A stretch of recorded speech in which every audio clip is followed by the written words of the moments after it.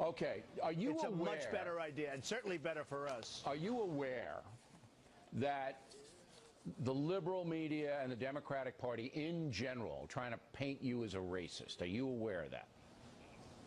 I think so, but I think people know better than that. I'm right. probably the least racist person on earth. Well, I've known you a long time, and I never saw any racism from you. However, when you tweet out a thing, and this bothered me, I got to tell you, you tweeted out that whites killed by blacks, these were statistics you picked up from somewhere, at a rate of 81%.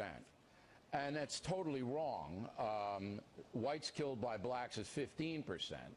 Yet you tweeted it was 81%. Now, Bill, I didn't tweet. I retweeted somebody that was supposedly an expert, but you don't and it was be, also a radio show. Why do you want to be in that zone? Hey, Bill, am I going to check every statistic? I get millions and millions of people. You got it. You're a presidential contender. You got to check it. Millions of people. You know what? Fine. But this came out of radio shows and everything else. Oh, come on, all radio it was shows? A retweet. I didn't say. Excuse me. All it was is a retweet. It wasn't from me, and it did. It came out of a radio show and other places because you see all the names. Look, you know I'm looking out for you, right? You know that? You know I'm looking out for you. I look out for every honest politician. I don't care what party they're in. Don't do this. Don't put your name on stuff like this because it makes the other side, it gives them stuff to tell the ill-informed voter that you're a racist. I mean, you just handed them the platter. This was a retweet. Bill, I'm sure you're looking out for me. Everybody is, right? Yeah. This was a retweet. This was a retweet. All right, whatever it is. And it I came told from you sources shouldn't tweet that are ever. Very credible. You shouldn't be tweeting. Don't tweet. Give it up for Lent. Lent is coming soon. Okay, Give it up. All right, final question. You know what? I like it. Can I tell you what? I like it because I can get also my point of view out there. How does a child become a killer? How did Dylan Roof go from a little boy who wasn't raised in a racist home, from someone who had black friends, to someone who murdered 9 African Americans while they were praying at a historic black church?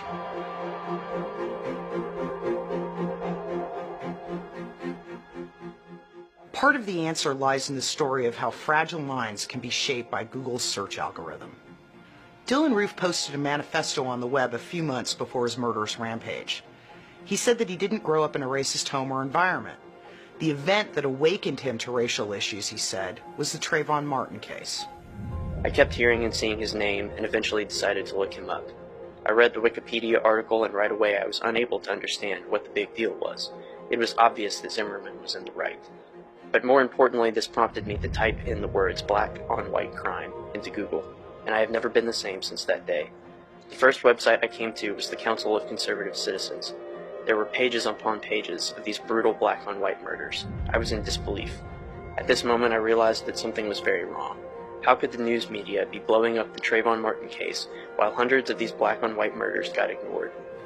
Had Roof first come to another website, history might have been different. He might have learned the truth instead of the racist lies pushed by the Council of Conservative Citizens. And the truth is that the vast majority of white people who are murdered are killed by other white people, not by black people as the Council's website suggests.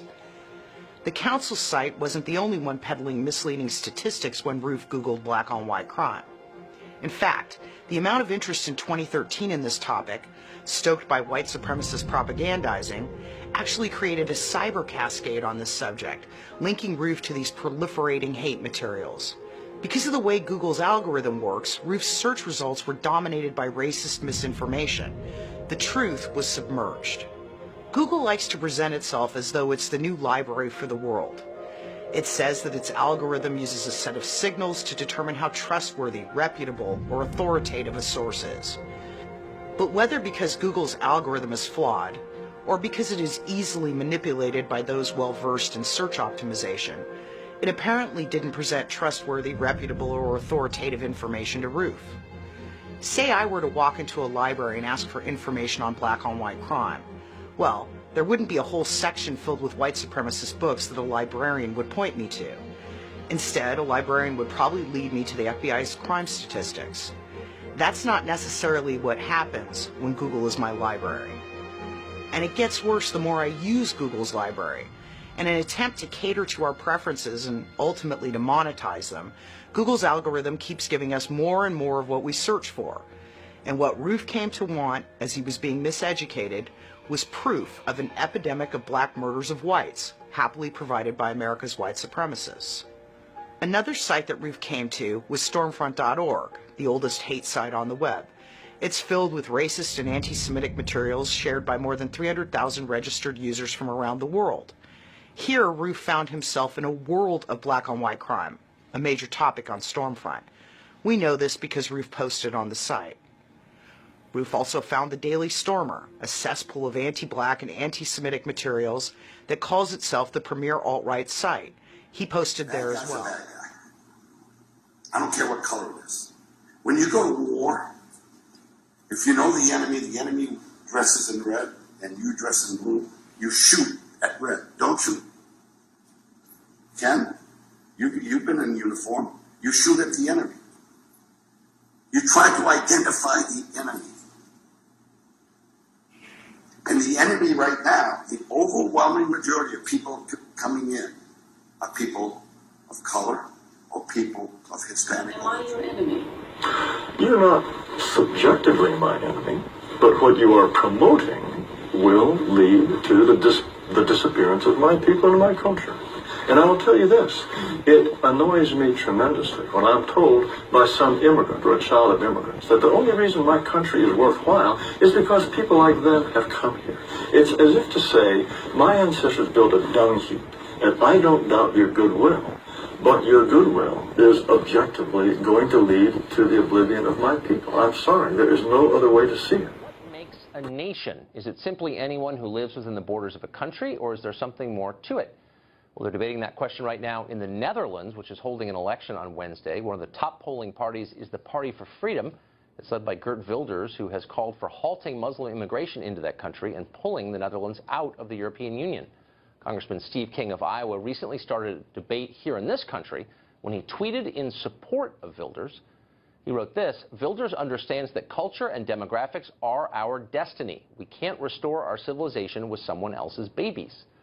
Well, King's comment was denounced as bigoted by many, including the Speaker of the House, but he has not apologized. Congressman King joins us tonight to explain. Congressman, thanks for coming on. Oh, thanks for having me on, Tucker. I appreciate it. So you've seen the reviews, obviously, of your tweet, and the left was merciless. I mean, some of them were unbelievable. John Lewis called you bigoted and racist. Ana Navarro at CNN said you're an embarrassment to the human race. The Speaker of the House, your speaker, said he'd like to believe that you misspoke. Did you misspeak, and what did you mean when you wrote that? No, Tucker, I didn't misspeak at all. I said exactly what I meant. And this is a message over to Europe, over to the Netherlands, a message to Geert Wilders, who does understand this. But the birth rates in especially Western Europe, but also Eastern Europe and in the United States, all of Western civilization have gone down below the replacement rate, with the exception of Israel, as the only Western civilization, first world country that has a birth rate that's above their death rate.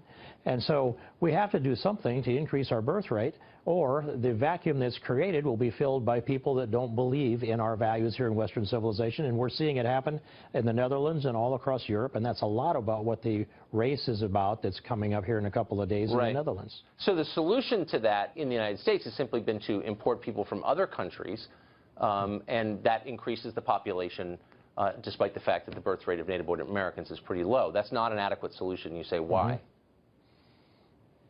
Well, I say not, because you ask about a country in the beginning in your opening.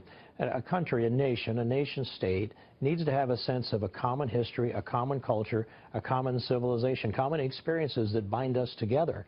And we went through a re-assimilation period, or an assimilation period, from about 1924 until the mid-60s, because our leadership in Congress understood we needed to have a time to bond back together, become Americans together again, because of the high immigration that we had in the previous, say, 20 or 30 or 40 years. Right. And so we're at this place now in America where we're seeing people marching in the streets that are pushing back against the American culture and the American civilization.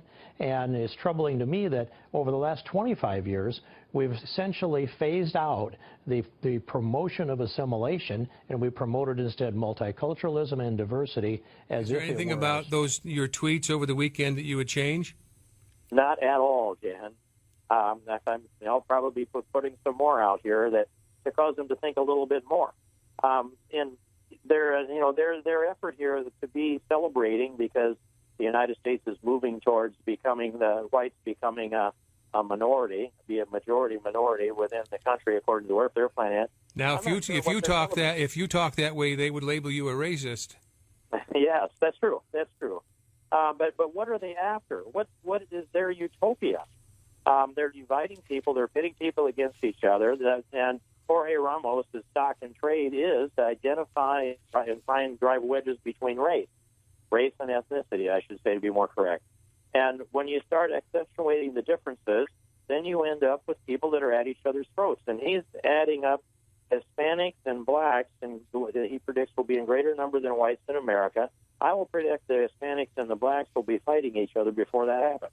On August 3rd of last year, at a Walmart in East Central El Paso, a man used a semi-automatic rifle to murder 22 people. He also shot 22 other people. The victims included citizens of both the United States and Mexico, as well as one citizen of Germany who was a resident of Mexico. Shortly before the attack, the gunman posted a manifesto online. In that manifesto, he called the attack a response to, quote, the Hispanic invasion of Texas.